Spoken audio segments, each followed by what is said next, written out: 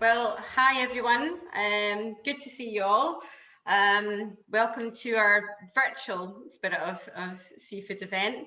Yeah, lots of well-kent faces there that I can see in the background. So I think you all know who I am. I'll just pass with the introduction. The reason we're doing this tonight is because we can't get together in person, unfortunately. So tonight we're going to be pairing some lovely Lochfine oysters and some lovely Arbikie spirits. So just to run through who we've got here, we've got Simon.Briggs, who's the sales director from Lochfine Oysters. And Simon's going to talk you through a little bit about Lochfine and the brand and the oysters and what you've been sent out tonight. We've got Iain, as I've said, Iain Stirling from Arbikie Distillery. Iain's going to also give you a bit of a chat on the distillery, a bit of the background, and a bit about the spirits that we'll be using to pair with our oysters this evening. And then for the demonstration, we've got Patrick McMurray, who is the world record champion holder for shucking the most oysters, who's actually in Canada at the moment. And we have Stevie joining us from Arbikie, who is going to do a little cocktail demo, which you're free to join in. You've all been sent the recipe, so if you've got the equipment, then you can do it along with them. I'm going to pass you over to Simon, who's going to have give you a bit of a background, as I say, about Lochfine, and then he's going to pass on to Iain. And then after that, we're going to pass over to Patrick and let the fun begin. Over to you, Simon. Hi, my name's Simon Briggs, and I'm the sales director of Lochfine Oysters. And many thanks indeed, first of all, for the invitation tonight. Just a little bit about Lochfine. You've probably been to us actually, our restaurant, Angus and Lochfine. We've been growing oysters for about 30 years. It started with the Johnny Noble, who set up Lochfine. He wanted to find a way to, as he put it, to keep the tiles on the roof of our King's house. He remembered as a little boy they used to grow oysters. So we started to grow oysters over 30 years ago. And we grow their Pacific Rock, Pacific Gigas. They're available all year. They're not a native oyster. They're available all year. And we actually grow them from seed. We have an operation down in England called Morecambe Bay, where we grow the oyster from seed, and we take it all the way till it gets about the size of your fingernail, and then you put it out to sea, and then you leave it for 3 to 5 years, depending on the size of the oyster you want to get to. The Lochfine oyster is available, as I said, available all year. It's a slightly sweet taste, and we export these oysters all over the world. We probably, in good time, we probably do 20,000 oysters a week to Hong Kong. And there was a gentleman over there who would be able to tell me or tell us when we'd had rain or not, because obviously the more rain we have, the more saltier it becomes. The less rain we have, the more sweet it becomes. We have oysters grown not just on Lochfine. We have partner growers up and down the west coast, and the oysters that we've sent you are a size 3, so they go button is the smallest, then it's that's a 5, then it's a 4, 3, 2, 1, 0 are the biggest. But then we have Hamish. Now, if you see how big Hamish is, he is. If you leave an oyster, they'll grow, keep on growing. Obviously, he's been eaten many years ago, but an oyster hasn't changed in millions of years. Millions. And as I say, we look forward to eating them a little bit later on. I'm going to just pass over to Iain, who's going to speak to you a little bit about Arbikie. But also should say we've also got Amanda Anderson here tonight as well, who's from Barrett Oysters, and as Simon was saying, there's lots of different producers across the country. So Amanda's going to be also getting stuck into the shucking as well. So I'll pass you over to Iain now, who can talk a bit about the spirits. Hi everyone, good evening. As before with Simon, thank you very much for the invite, Seafood Scotland. Context, very sad that we didn't manage to do the A Club or Edinburgh Festival venue this year, but hopefully it's back next year and we can do this for real. But this is a great substitute, and really looking forward to learning how to use one of these to do some shucking for the very first time. So definitely a shucking virgin. I'm sure all the spirits arrived safely to your own house, and we're really looking forward to Stephen doing some of the cocktails and using those. In terms of the Arbikie business, we're a family-owned business. I own it with my brothers. We've been farming for 400 years, and Arbikie is quite unique in that we are field-to-bottle distillers. You've probably heard about Chase being sold to Diageo recently, so we do something very, very similar to them. And recently we obviously launched the world's only climate positive gin and vodka, Nadar. So, there's some interesting stuff going on there, and it's great to work with Loch Fyne, because I think great brands working together is a great place to be. So really looking forward to tonight, and really nice to see Lorraine arrive. I've just seen Lorraine arrive on my screen. Hello, Canada. And nice to meet quite a few of you, and hopefully get a chance to chat tonight. Thank you. Thanks very much, Iain. I'm just going to pass you over to Paddy now, and I believe that he's going to give you a little bit of a demonstration on how to open oysters. Before he does that, just from a health and safety point of view, I hope everyone got their gloves, which if you're not a chef, can you please wear, because we don't want to have someone taken off in an ambulance halfway through. But also, if you've got your oyster holder and your knife, if you can use this, it does make life a lot easier, believe me, especially if you've not opened an oyster before. So yeah, so Patrick will talk you through that, and I'm sure he will probably tell you some of the tales of some of the incidents that he's seen with now. We don't have that much time if I'm supposed to tell tales. The tales are long and drawn out, but always very interesting. The oyster world is quite an interesting place because interesting people show up there. Thank you very much. Thank you for inviting me to come and talk about these fabulous Loch Fyne oysters in the Arbikie gin and distillations. It's a super special treat to be here from Canada. I wax poetic about the flavor of oysters around the globe, and some of the best I've ever seen come out of Scotland. And Loch Fyne itself is a fantastic and gorgeous place. If you've never been, definitely bucket list that one on your things to do. The water is pristine and clean and cool, and when the weather's just right, it goes absolutely mirror-like on the finish of the loch, and you can just see the mirror of the region that it comes from. And what I do with oyster is I talk about oysters the way a sommelier talks about wine. And when we think about myself and my level of thinking of oysters, in Canada, we use 5 different species of oysters. So what I thought I'd do is I'd talk you through a bit of an oyster 101, show you how to shuck oysters, and then show you how to taste them properly so that you can experience what we call merroir, the taste of the region that it comes from. In wine world, you would call terroir.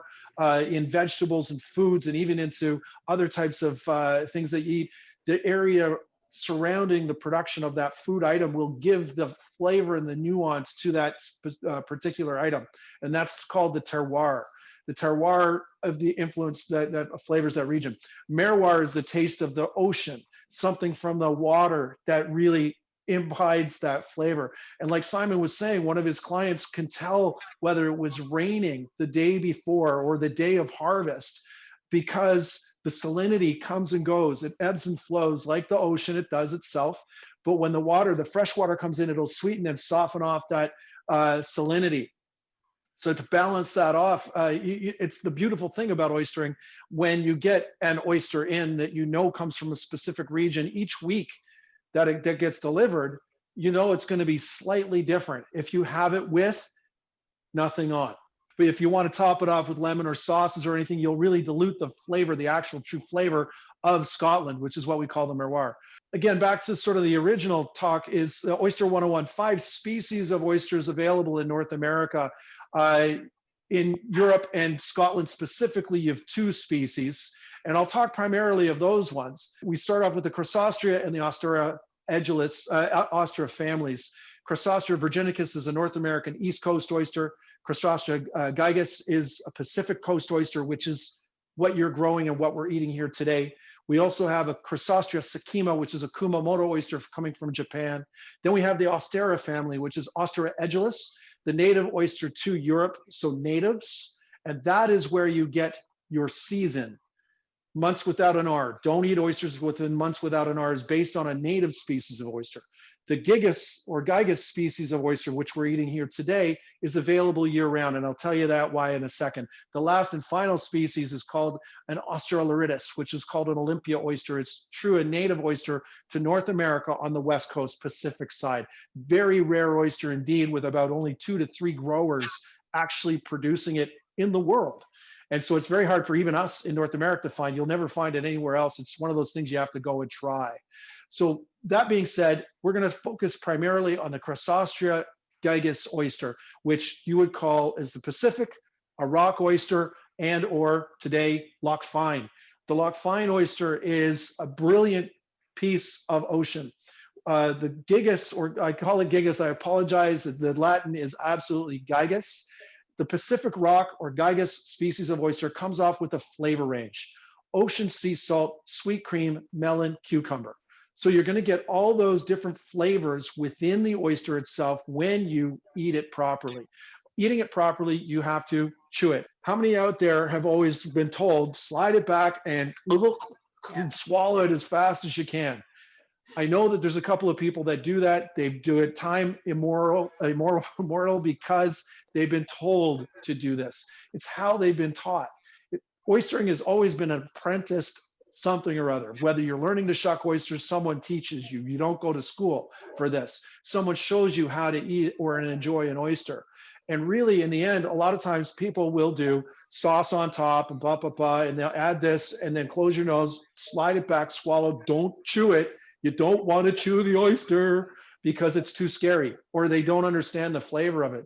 So what I like to do is I like to strip all that back. And when you do that, you can actually truly taste the flavor range of the oysters. So when we talk about the 5 species, they all have a base range of flavors. We're going to talk about your 2. So your native oyster, when you go to a restaurant, you'll see natives are on, or it's a rock oyster, or a variation of both if you're lucky to go to a restaurant that showcases both of those. So natives are your European flats, the Ostera edulis oyster, which when in the 1500s, an English monk wrote about their native species of oysters back in the 1500s, which in the summer months, May, June, July, and August, no R's, they start reproducing. They hold their young in their gills. So when they spawn off, they get very silty or not very edible. So they recommend not to eat them based on a reproductive cycle, which is good because if you eat them during that time frame, it's like eating oyster caviar, which is okay, but you don't get new oysters in the next season. So you want to leave them alone to do their own thing. The gigas species of oyster, of course, will spawn out into the ocean at a certain point in time when the water gets a certain temperature, and the zygotes are created that way. They get a little bit thin, but still edible. And it's only about a 2-week time frame when I've found oysters that do reproduce. They only take about 2 weeks to come back online. So it is available all year long. And with the style of growth in aquaculture, we've been able to grow oysters that don't spawn. It's called a triploid oyster. And there are times when those are good because they don't spawn off, and that's a good thing for production. Therefore, you can, again, get great oysters all year long. So what you're going to find when you try this oyster that Simon has packed by himself, he got there, he went out, got the oysters himself, he put them in the little box, tuck them in with a lovely little layer over the top. It's a beautiful design the way they send the box over. They ship it to you. You're going to get it. What do? You're opening an oyster. So we're going to show you now how to open up an oyster the first time. What I do at home, if I'm going to get oysters, I got these lovely little oysters. I unfortunately didn't get the Loch Fynes today, but I got them, and mine got from their New Brunswick called Beausoleil oysters. And they got shipped up in a lovely little wooden box. The boxes that they get shipped in are probably the best out of Loch Fyne, out of the European mindset of how you ship oysters, because the humidity with the wooden box and the coolness and the dampness keeps the oyster very happy. So that's the best way I can find about shipping your oyster. When you get your oysters home, all I did was I put them up in a little bowl, like you're chilling a bottle of wine, 50-50 ice and water. You create a little ice bath. If you can see it in this little camera here or up over here, woohoo, ice bath. Submerge your little oysters in there, get it ice cold 15 minutes before you want to open oysters, and they're brilliant. And you can showcase them to your clients. The next thing is you're going to put your oysters, you're going to arrange them and you put them on a tray. You have a finishing plate. Sometimes you'll put it on a ceramic plate. I have little trays that we do in the restaurant or whatnot. As I'm in my fancy kitchen, I can pull this off. Ceramic plate is how we're going to present our little oysters afterwards. And we're going to show you a technique on how to do this. So what you want to do, you have a little box, a little oyster board, okay? And we're going to put the oyster, it'll probably fit on or in that. But what I would like to do, you can use that, put a wet cloth underneath, okay? Wet cloth underneath and put the board on that so it doesn't slip around. I shuck so many oysters, I use this. Okay, this is my crazy little thing.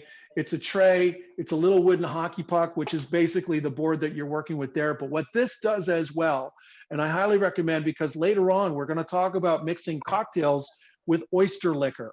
What is oyster liquor, you say? It's the liquid that comes from within the oyster. It's the actual flavor of the ocean. We're gonna use that as an ingredient with our cocktails. So what I want you to do is be able to shuck and capture that. That little board that you have right there is brilliant.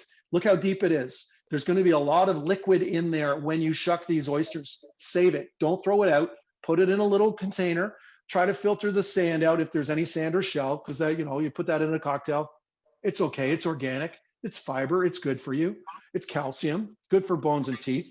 Shiny hair. So what we're going to do is we're going to take the oyster that has been soaking in the 50-50 water and ice. Okay, here's your oyster, teardrop shape, right here too. They do these two things. Teardrop shape is all your oyster is going to have. Address the oyster. Hello, oyster. So meet your little oyster. Take a look around before you got diving in with, I know you want to stab things. Just chill, calm down for a second. So we'll get to that. This is a Pacific oyster, a Gygus oyster. This is the East Coast oyster that I'm using today. They all come off with the same shape, teardrop shape. See where the little point is at the top? That's called the hinge. At the hinge in the ocean, the oyster opens up this way and it filters water. It's a filter feeder. That's why it's super sustainable as far as an ocean protein goes. Probably one of the best proteins you could get environmentally and for actual human consumption. We'll talk about that later, why it's nutritionally good for you. So at the hinge is where I like to open up my oysters because it's got a natural opening right at the back. And you'll use your little oyster knife. I know you got these things here. So you put it in a little hinge. You can see that little point right there. It's the same on your little oyster. You'll find a little point where you can actually put the little knife into. Now that's called the hinge. We're going to open from the hinge as I'm a hinge shucker. Put your oyster on the board and you put it towards the hinge. The hinge is where the oyster opens up like this, flat on the top, cupped on the bottom. You want to shuck it cup side down to keep as much liquor in the oyster as possible. I also want to open through the hinge because it's the easiest place where you can find an opening with your lovely little oyster knife, okay? So as I'm going to go, I want to take my oyster knife. I want to have it in a way that the flat part is parallel to the table, and you want to hold it so that you're protected a little bit by your fingers on this little guard that you see on your black oyster knife as it is, and you want to turn it like a key in a lock. Practice that. You're not shoving it in like this. Don't do that. Turn it like a key in a lock, and you're going to bury the knife into it. So you're digging it in a little bit. Once it sets, it sort of sits in there. You can see how that oyster is stuck on that blade like this. So that's what you want to see. It's got that pressure. At this point in time, you wrap your hand, your lovely gloved hand, around that shell and hold it like you mean it. I don't want that thing to wiggle around or move or anything. And I want to take this knife and I want to turn it like a key in a lock like this. Did you hear that? It was delicious. It was a little clip. That was the hinge breaking. So once that's breaking, you can probably see it here easier. Once it's broken, you want to pry that up and you can see right here where the meat is attached. I'm looking here. You can see where the meat is attached right here. And if I put it here, I want to scrape that down to expose that black spot. Okay, when you see the black spot, that means that oyster is released. You save the top shell. We're going to use that for stuff later on. Then I want to turn the little oyster and I'm going to look for grit. There might be grit in the hinge. And right now there's new shell growth. And I can take that out right here and make sure that's released. So no grit. And then this is the adductor muscle. Right here is the muscle that holds the two shells together. You want to sever underneath to release that. And that is what you do to open up an oyster. Then you're going to eat the oyster, or you put it on a plate and arrange it. But this is, I'm going to show you how to eat it first. Then we're going to try to start shucking oysters, if that's okay. So when you do, you shuck the oyster. It's already done like this, lovely. You've got the hinge and you've got the lip, right? The lip is where you want to slide the oyster out of. If you try to slide it out this way, it's not going to go because it's got to go up and around and through the hinge. It'll slide nicely right out this way. Lip side to your lips, slide it in, chew it up, 2 bites. 2 bites allows you to break apart the oyster, get the different flavors of it that is going to go, and then you breathe in like you're tasting wine, aerating through the mouth. The olfactory system, your nose, and the palate work together. You have to breathe in to understand the true flavor of the oyster, of the terroir that has been happening, of the region, the day that Simon waded out into the water, picked the oysters up, and put them into the box for you. And it'll change next week because, you know, Simon's got those buttery hands that are perfect to pick up those oysters and put them in your box. Nobody else has them that way. And if it rains, it's going to be different. So we're going to be able to slide this in, chew it up, and breathe in. Immediately, you're going to probably find salt. And then probably this one, for me, this is a salty sweet, but you're going to find also, as you chew it up, 2 or 3 bites, and you breathe in through the mouth, then it develops sweet cream, a butteriness that will come through. And that's classic on the Gygus oysters. And then seaweed or vegetal notes and melon and cucumber. And a cucumber is a specific finish particular to the Gygus oyster as it is. Cucumber is one of those clean, fresh vegetal finishes. You may find there's notes of wet stone, earthiness perhaps. It depends on your palate, depends what you understand, but that's the best way to try an oyster as it is. So if you wish, we will continue shucking oysters and go from there. So again, into the hinge, hold on to that oyster like you mean it with your gloved hand, into the hinge, give it a wiggle till it sets. Not too much forward force. You saw that sliding in pretty quickly, but that's okay. You're in control. Scrape it down, scrape across the back, and then you'll plate on the plate. Those top shells that we took off earlier, we're going to put those on our plates. The ceramic plate tends to be very flat, and your oyster is very cupped. If you put it on a ceramic plate just as it is, it's going to woggle around and slide sideways. If you put it on oyster shells, it won't woggle around. Woggle is an actual shucking term for wobbly or misplacing, which is not a real word, but we tend to make those things up. So make sure your oysters are looking very pretty as well. You can fold back the gills, the frills, and the mantle, and make it sure it looks beautiful as it's going out. So this is all you do. Inside of the hinge, wiggle it in, cut the top off, and then turn it around, cut the bottom, and place it and get the next oyster. And you keep going till you've done your, Simon, how many oysters did you send to them today? Well, that's a dozen. Actually, I've just had a sneaky one, and yes, it's rather good. But I tell you, hello there, how are you? Thank you. What's interesting is that we have a certificate that goes with every oyster, wherever we sell it, half a dozen, and it says on the bottom of the certificate, it says, warning, these animals must be alive when sold. Always a good sign, and you can tell that they're alive and fresh by the way that the oyster is tight. It's closed tight. If it's gaping a little bit, it can be okay. If you tap it, it closes down again. You're fine. You can still use it. And in the end, the nose knows. If it smells off, of which none of the lock fine oysters are going to smell off. Usually, it's a North American East Coast oyster. It's something else called winter kill, which happens again in January, but that's a longer story. The nose knows on any food, right? If it doesn't smell right, don't eat it. So it should smell of happy smells. So like your lock fine oyster would smell of the ocean as you open up that box, and you should just, as you get that fresh ocean seaweed smell. That's a great finish right there. As you slide it in, chew it up, and then breathe in through the mouth to get that true flavor. Can anyone describe the flavoring that's going on? Is everyone managing to open them okay first? Yeah, who's having a hard time? Cucumber, I think the taste at the back with the cucumber is tremendous. I've never had it quite like that before. It was so nice. And that's because there's no sauce on it. Sauce theory, you know, and Simon, you probably serve Tabasco at your restaurant, Loch Fyne, and you'll find Tabasco around the world. Everyone always thinks that hot sauce and Tabasco goes with the oyster, period. It has to go. Why is my question. I'm with you. I've just opened a couple of them. They look gorgeous and they look very plump, and it's the water is wonderful taste. Yeah, I agree with you. Why would you want to add anything to it? Well, where does Tabasco come from as well? Louisiana in the States. So that's a pairing. Those oysters with that sauce, yay. But because of branding, the way it goes through the over 100 years, it's very old. It's a good sauce, don't get me wrong. And people like to have a hot sauce with oysters, but try your first dozen with nothing on. Claire, keep your clothes on. To have nothing on the oyster.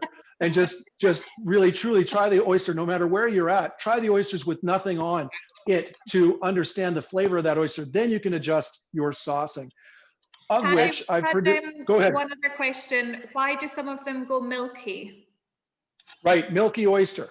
Yeah. Gigas oysters, when they spawn, will get a milky or creamy consistency, and that's the spawn cycle happening. My question back is, any of those happening to oysters right now in your boxes? Yes. Okay, that's fine. It's a natural thing. What happens as well is if you've punctured where the gonad is, it will tend to look milky or whatnot. Cut underneath, flip it, and it's perfectly fine. It's still got that great flavor. These are probably diploid oysters that that will spawn, but when they finish off September or so, which is right about now, they're going to get more firm and less milky. Triploid oysters are designed and crossbred, like green and yellow peas, X and Y chromosomes, are crossbred to not reproduce. So there's growers that will use triploid oysters so that they can sell them year round, so they won't go milky. Okay, and milky is not a bad thing. It's just a textural thing. Once you learn how to shuck it without puncturing it, it takes a little bit of a technique, nice going slow. I can show you a little bit more. When you go into the hinge, you don't want to use a lot of force. You want to get it just tight enough to cut it open, to pop that hinge, and then pry it open at this point, and then scrape it down. If you don't puncture the body of the oyster, then you won't get the milkiness coming out. Okay, good question though. Okay, I'm going to show you how to make a very quick mignonette. I think that was on the list of things to do. And then we're going to talk to Stevie about cocktails, because sometimes people want to have a mignonette. What I did, I'm going to do two quick ones. I'm going to move my thing right here. What I did as well, save your shells. Remember what I said, save your shells. Here's my little tray of oysters on oyster shells. You can put ice underneath, and what happens when the ice melts, the shells will keep the oysters out of the water, which is a brilliant thing. Next, you're going to save the oysters as well. Can you see how this oyster here has got a lot of green on it? The green is the algae of the oyster. There's a lot of brown on it as well, which is a little earthiness, minerals and everything. It's got algae on the outside. That's going to impart flavor. So you save that shell. And what I've done here is I've made infusions. This is an infusion of oyster shell and dillisk seaweed. And what you can see, the liquid, it's a gin, is turning color. The longer you let it set, the longer the colors will come out and it will flavor out. So you can make these lovely little infusions, of which we've showcased a couple of ideas for you. Here's my little rendition, which will go really, really well. I can't see, there you go. It's cucumber. Basically, it's a cucumber. I've cut it up into a little matchstick in its size, okay? Keeping the green on both ends. And then I'm soaking it, I did it about a half an hour ago, in gin. So take some of that lovely Arbikie gin, and you can do this. Once this happens, you've pickled your cucumber in gin. You place it on top of your lovely little oyster like this. It looks great. You might want to take a little bit of this cucumber gin now as an infused gin, drop it on top of it, and it becomes something like a very simple gin cucumber mignonette without having any of the vinegar. Brilliant. Crispy, crunchy cucumber, got that gin flavor. Gin is gorgeous. It goes well because there's a cucumber flavor in the gin with the juniper that matches with the cucumber flavor of the Gigas oyster. You put those two things together, it's utterly fantastic. Mignonettes. Everybody likes to have a little mignonette. This is a little bit more of my rendition that goes really well with Gigas oysters as well. We're talking apples and onions, shallots if you want. I got a shallot today. I minced it up beautifully. I took an apple. This is a gala apple, so it'll be very nice and sweet. Got red on the end, so it's got lovely color. And you put those two together, it's going to be brilliant. Then we're going to use cider. This is a Toronto cider. It's a hard cider. If you don't want to use a hard cider, you can use apple juice, or you can just use apple cider. And then we're going to use an apple cider vinegar. Put it all together. And really, the ingredient list calls for a liter. That's just because I'm in a restaurant, man. We go through a liter like you wouldn't believe. So you can use something like this, a little tiny little pot, and it's really, there's no measuring. Take whatever you cut as far as the shallots go. I like a really thick mignonette. So you take this, fill it up, probably 2/3 of the way. Yeah, like that. You want to top it off with the apples. Yeah, like that. You know, kind of simple. You want to take a grind of the pepper, wonk, like that. You want to take some of the apple cider, like that. And then you take the apple cider vinegar, like this.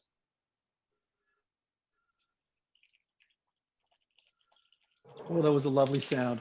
And it's like rocket science. That was technically very difficult, wasn't it? Then you take your lovely little spoon, give it a little mix, and there's your lovely mignonette that's going to work brilliantly for your oysters if you want to have a little bit of sauce.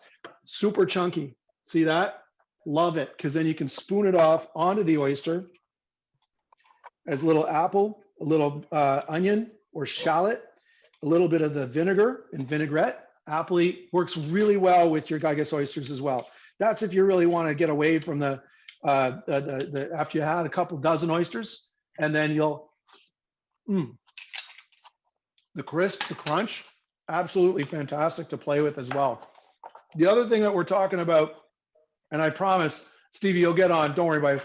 So when I was soaking up and thinking of these things, that's fresh horseradish shaved into gin or vodka. And we're going to talk about those in a second.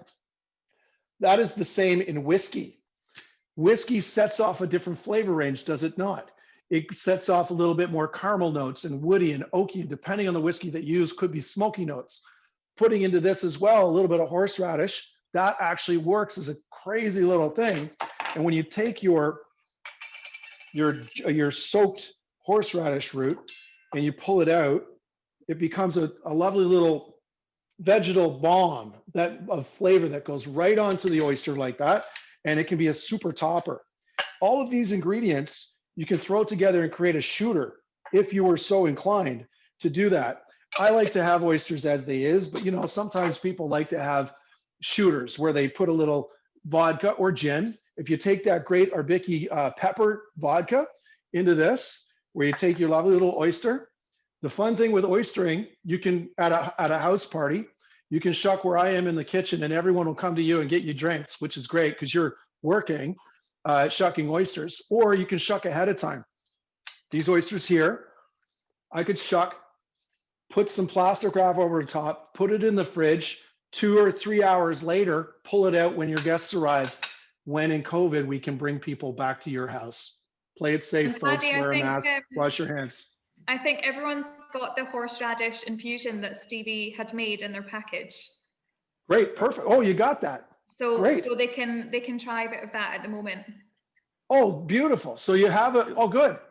So Stevie made a little bit of the horseradish infusion, which is great. You can literally pick it up. If you have fancy chef tongs, you can do that, or tweezers, or just use your fingers. It doesn't matter, you're at home. So you can just pick it up, put that. So this horseradish can go right on your oyster, and then you can use the liquid by pouring it off and put that into your cocktail. The one other thing that a lot of people kind of like on oysters is cocktail sauce. You know, ketchup and horseradish. I don't know why, it just happens. It's not only good on that, it's good also on French fries and all types of other things. But here what you can do, take your tipsy horseradish, you go 50-50 horseradish and ketchup, you stir it around, and voila, you got a tipsy horseradish cocktail sauce that's good for shrimp or good for oysters or whatever you want to do. So those are a bunch of different little saucy things that you can do with your oysters, with your sauces, and anything else that you want to do. How's everybody doing with shucking? Looks like Claire's doing pretty good with her eating. The horse. Are you wearing it? You gotta watch that. You got to be careful when you're having any oyster with any sauce on it, with a vinegar base or boozy, tipsy. As you breathe in like this, vinegars will get vaporized and goes to the back of your throat right away. There's been many a time where people suck it back and they don't chew it, and boom, the oyster gets shot out right past my head. It was just fantastic. And you know you're having fun when you're wearing your food home too, which is why we like all of our nice long bib aprons. I had some folks in at my little restaurant called the Cayley Cottage in Toronto a couple of years back, and I noticed that they did not have a Toronto accent. I said, "Where are you from?" They said, "Glasgow." Ah, fantastic. Hang on one second. I happened to have a Loch Fyne oyster there at the time, and this was a beautiful thing. As I popped it open and put it in front of them, they knew of oyster but didn't think that they were going to experience anything else. I put it, I go, "What do you think of that?" She goes, "Just smell it first." "Oh my God, that smells like home." "Taste it." She goes, this tastes like home." I go, "Well, it's from Loch Fyne." She goes, "Just a little north." She goes, "I know Loch Fyne." I go, and she started tearing up. It tastes like home. And that was the one thing that it was really fun to see, that people really react that way. If you don't tell them what it is, you just sort of slide it in and say, if they know of oysters, they kind of are expecting a certain type of flavor range depending on where they're from. If it's Canada, Toronto, East Coast, West Coast, depending what they're used to, they have an expectation. But if you can surprise them with a little story where it's from after the fact that they taste it, it's mind-blowing. And that's the miroir of that taste of that region, which makes it so exciting. Other things that you can do with oysters, you can cook them, which is a beautiful thing. I don't have the lovely grill that I usually do upside, but really grilling oysters is quite easy. If you want to take them to the barbecue, you take your little oyster like this, you put it on the grill like this, you make sure the fire's on, you close the lid, and you have a sip of your gin. Okay, 3 sips, sure. You open it up and the oyster's already popped open a little bit. Great, turn it over a little bit, turn it back. Make sure that it heats up on all sides, and it'll just open up slightly, and that will oven roast your oyster. Pop it open and serve it to your guests right away. In the States right now, it's called oyster roast season. And what they do is they take oysters that normally oysters grow together. Now, Simon's done a beautiful job of aquaculturing oysters, making perfect what's called solos. But in nature, oysters grow clusters like this together, and they're all stuck. So 100, 150 years ago in North America, and they still grow that way, this on the East Coast side, cluster oyster is what's used because it's inexpensive. It's hard to shuck as a solo. So what they do now is they harvest in the October, November area, and they roast them. So they, in a big cluster, they'll roast the oyster, then put it on a little cafeteria tray, give it to you, and you pick out the oyster meat.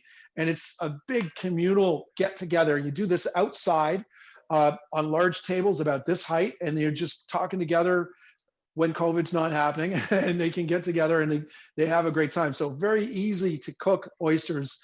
Then you can do great things. If you look at Simon at Loch Fyne, do you do like garlic oysters? What's on the menu there for cooked oysters? I tell you, the best one we do a tempura oyster. I could eat 24 of them. Tempura, fabulous. So those oysters and your oysters are great, more so than my oysters here in North American East Coast. Your oysters will cook very well. The Gygas oysters, because they're firm, fat, and plump, they'll take to a batter brilliantly. I would dry it off first, dunk it in the batter, throw it into the fryer, and it'll crisp up gorgeously. You'll find cooked oysters around the world. What's also good, I know Loch Fyne does a fantastic job of smoking fish. Delicious. Have you smoked oysters yet, Simon? We used to smoke oysters, but how did you get the little rolling papers to work? Well, we smoked them many years ago. But the problem was, I agree with you. I think if you can just have it as open it and eat it straight away, I don't think there's a. Yeah, I don't go for smoked oysters. I'm sorry, it's not something that I like. I get it. I understand what you're saying. I love a smoked oyster, and there's a lot of times people will open up that tin and have that. Oh, I like smoked oysters. They put on a cracker. It's more of a North American thing, but they're not even from North America. They're from Asia usually. But that oyster, when you smoke it, now this is what I've done at my restaurant, Simon. You might like this one as a fun one. You take a little cake dome, okay, and you put a dozen oysters fresh shucked on that, and you put a little bit of turf, Scottish turf. Light it on fire, smoke it, and let that smoke go in that cake dome. You take it to the table, poof, and this thing has been smoked in turf that's local to your region, and it just gives a little kiss to the top of it. So you're still fresh on the half shell, but smoked, and you get that essence, and it's all around it. And that's a lot of fun to play with as well. So if you had some turf or a hardwood that you like that gives that good flavor, that nuance, it would add to it. Not fully cooked through, it's still raw on the half shell, still cold, and it gives you the best of both worlds there. Well, the next time we'll have to travel, someone will do some trials. I'm on the flight. I'm on the plane tomorrow. I'll be right over. You did some for us. You did some for us at last year, didn't you? In Toronto. When you burn wood, hardwoods, and or in your situation, the turf, the peat, such a specific flavor and smell to it. It really, really hits it home, which would be a lot of fun. Yes, Simon, I will definitely be over in about 3.5 minutes to get there and see what's going on. Shall we go over to Stevie for some cocktails? Go over to Stevie. That's fine. I'll keep shucking around here, and if people have questions, they can still ask me for sure. Perfect. How do you follow that? Thanks. So yeah, my name's Stevie. I work for Arbikie Distillery. I'm the UK brand ambassador. Just going to quickly make a little Vesper Martini for you. We're going to use, you should have got Har and Axe in your packets, or your boxes, sorry. So it's our wheat-based vodka and gin. So we use Zulu wheat for the vodka, and then we redistill that with juniper, smoked cardamom, black pepper, mace, and honey for the Axe gin. Like Paddy was saying about the merlot, we really focus on terroir at the distillery. So you get, there's a real taste of kind of where we are, from the potatoes that we grow for our vodka and our gin, for the Kirsty's gin and the Tybalt vodka. You can really taste the kind of potato flavour from there. It's got a real nice creaminess to it. With the wheat spirits that we're using today, it's just a real nice bit of sweetness to it. With that Zulu wheat that we use, it's like a real kind of cereal kind of wheat. And then it's got, like obviously with your gin, you put your honey and everything in there as well. So we're going to make a Vesper Martini, one of my favourite drinks, made famous by the James Bond films. It's essentially a vodka and gin martini. It's normally got a little bit of dry vermouth in there, but we're just going to use some of that oyster brine from earlier as well. The menus that we have are all in ounces, which isn't how I learned to bartend, so I'm going to do it in mil. So we're going to do 35 ml of each of the spirits. Takes a while with the small bottles. Just into your mixing, into your cocktail shaker. Just while I'm mixing, and then 35 of the gin as well. Just while I'm kind of mixing this, a little bit about what we do as a distillery. Similar to what Lochfine do, it's all about the product and the locality of it and everything. If you get a chance to taste all of our range, you can really tell that the produce that we use is the key. So like I say, you've got a real distinct flavour between the potato spirits and the wheat spirits, and also our new pea spirits as well, which are climate positive, so the world's first climate positive spirit. They've got a really unique flavour as well. Also got our chili vodka, which you have a little bit of in your box, and the strawberry vodka as well, and then our whiskies. So we've got 35 ml of each, the vodka and the gin in here, and then just going to do about 10 millilitres of that oyster liquor. Oyster liquor is the clear liquid of the oyster. When you're shucking in a little container, I'm going to jump in just for a second. It's that clear liquid that comes from the oyster, and if you can save that, you can use that. And what that is the taste of the ocean from where it comes from. And it gives it that something different that you can't get anywhere else. Thank you. So like I say, normally you would use a vermouth for that, like a kind of classic martini, but just when we're using the oysters and we're working with seafood, really want to kind of get that, as Paddy said, a little taste of the ocean. And anytime you're doing cocktails to kind of go with seafood or oysters, you want to kind of keep them as clean as possible. So similar to, you don't want to throw hot sauce or anything like that really onto an oyster. You don't want to be adding in citrus or like strong, like bitter spirits or anything like that. You want to keep it as clean as possible and really kind of let the spirits shine through and go with that oyster. So just ice in the tin, can you have a wee shake? So,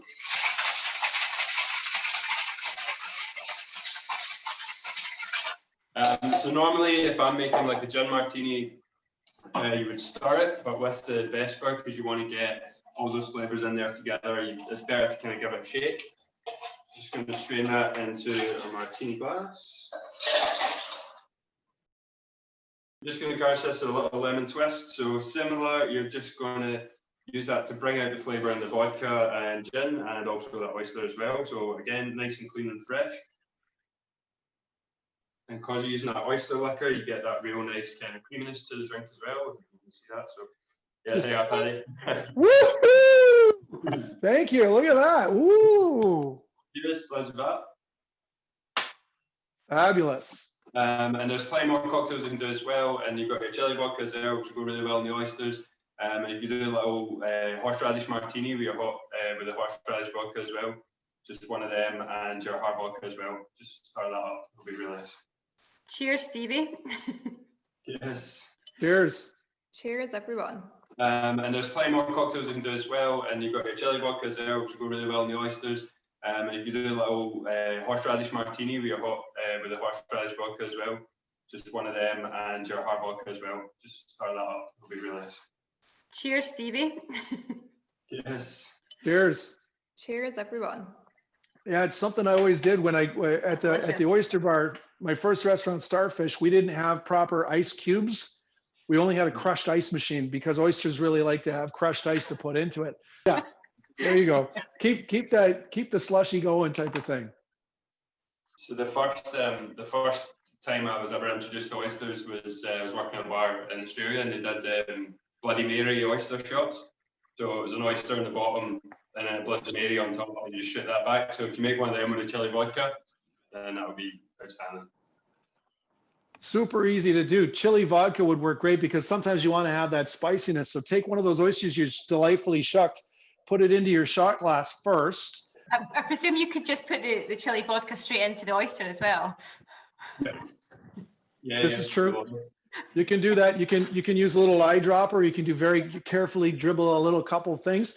When I pair my oysters and whiskeys, what I like to tell people to do is to take the oyster, like a lovely Loch Fyne oyster, and use the Arbikie whiskey, although it's deliciously a little, something you want to have very, very neat. But what you do is you take the oyster, you slide it in, chew it up first, then you put the whiskey into the shell on its own proper, and then sip the whiskey from that shell. And the reason you do that is because, one, you'll truly taste that flavor of the oyster, and two, you'll fit way more whiskey into an empty shell than you will when it's stuffed full of an oyster. Can be gin as well. Vodka is good. You could do vodka if you want to. It's okay, but using that shell, and this is very sustainable, use it for a glass instead of using a paper cup. I think you remember Amanda and I using plastic cups, but no more plastics. Not for the ocean. Right. Paper cup Patrick, or oyster shells. Yeah. Tell them about when you do that at the oyster festival. And Patrick, we usually shuck a few oysters. Well, Amanda and I are in the background, kind of judging the competition, and it's almost like communion. People line up all the way down the tent just to come up and have an oyster, and then a shot of whiskey straight after. So. That's right. We were doing the Shuck and Tipple, where I introduced them this idea, which is probably age old as far as Scotland goes, having oysters and whiskey. Man, that's normal. But over in Canada and Toronto, North America was different. So I gave them all oysters and they lined up. And then I had the bottle of whiskey because, who else would you leave a bottle of whiskey with but the shucker? Big mistake. And I would tipple this into their empty shell like this, and it would overflow, and then they'd eat this and they go off, and it somehow, to me, looked like communion. Probably, everyone agreed it was the best one going. Yeah. A little idea for your lemony people. If you're going to do lemons, you're going to do a twist with your lemons. Get the lemon zester, get that twist off there first, and then you use that lemon for your oysters. Doesn't matter if it's got the outside doesn't matter to the oysters. If it's got a little design, you pull the twist off. So don't just use the lemon as it is. This is where we talk about food sustainability and food systems, which is what I help teach at one of my colleges I'm working at. But you just use it for more than one thing, and you can use that time and time again. Get the zest off.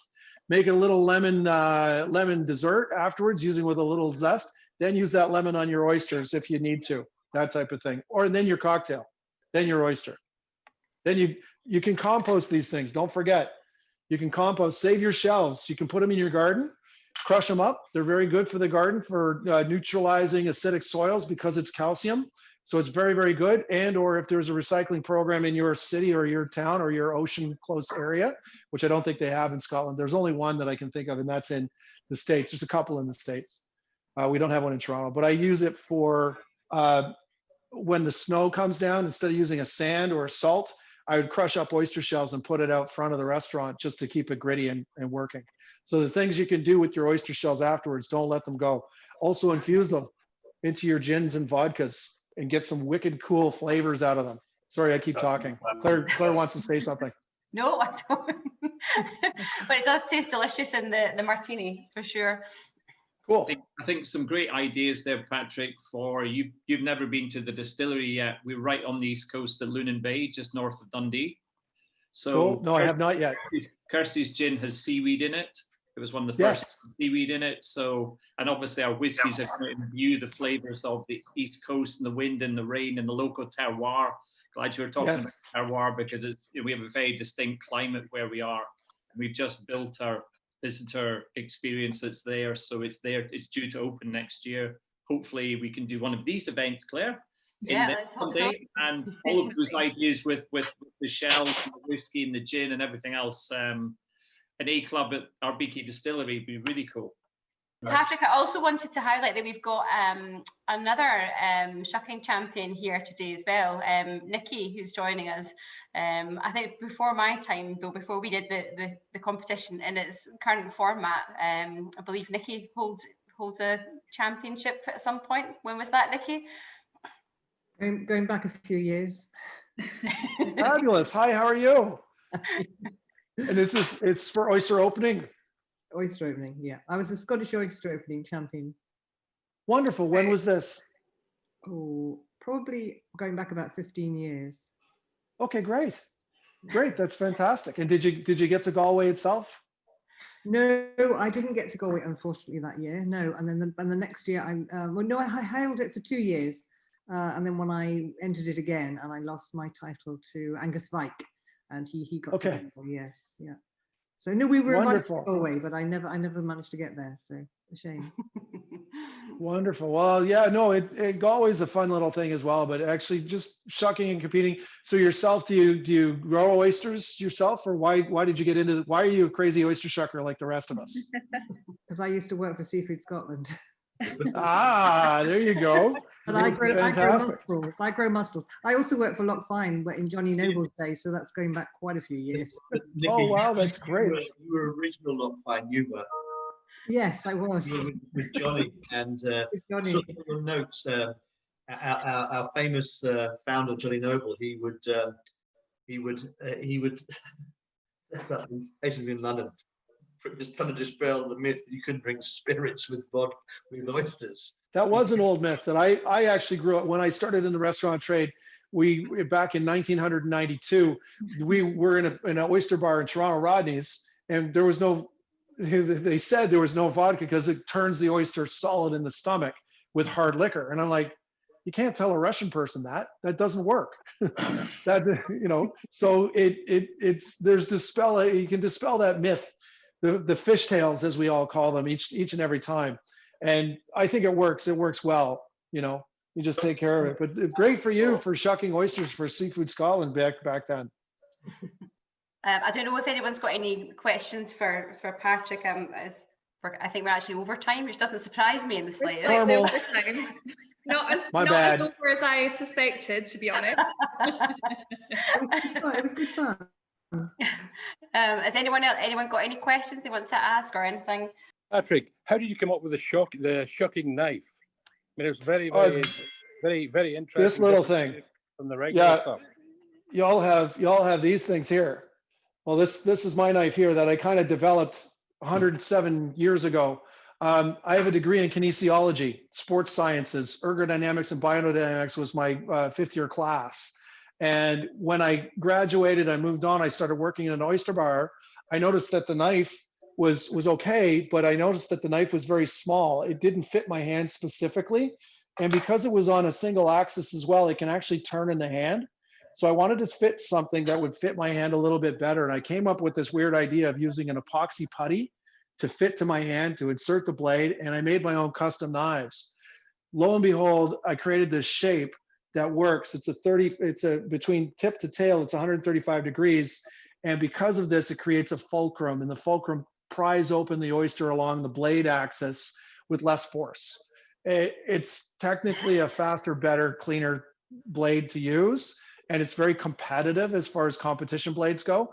But I happened to talk to a gentleman on my restaurant bar who was a knife making company, and he liked the idea and said, let's turn it into a retail thing. Sorry, that's the short form of how that went. But this is why I use this thing, because it fits my hand specifically. It does not slip in the hand at all. It's got a little finger guard, the whole works. And I've got two different blade sizes. I've got the longer and I've got the shorter, the stumpy and the longy, whatever you like.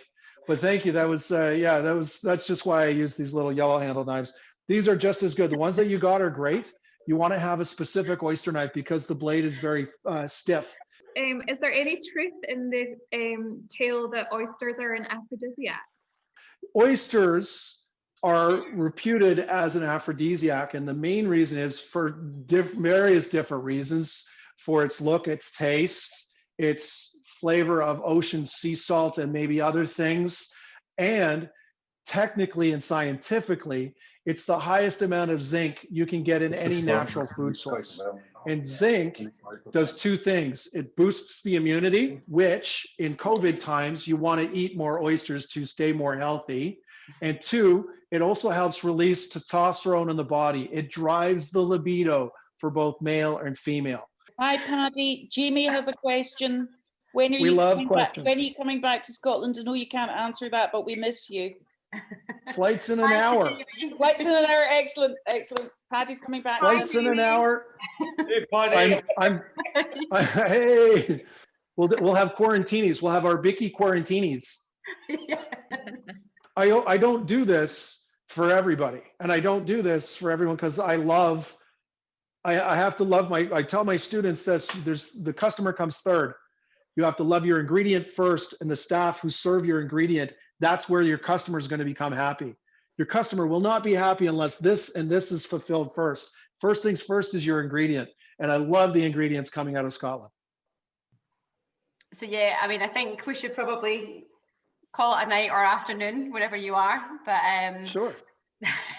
Thank you very much, Patrick. That was so informative. You are the authority on everything oysters, and we really appreciate You're very welcome. Time to anytime. Thank you very much. If anyone out there has any questions, oystery or otherwise, you feel free to email me at shuckerpatty.ca. That's my website, or on the Instagram thing as well. You can always email me questions because I can answer questions. If you want to go to a cool little place for oysters when you can, then when you're traveling and stuff, just give me a shout, no problem. Thank you all so much for joining us. It's been such a pleasure.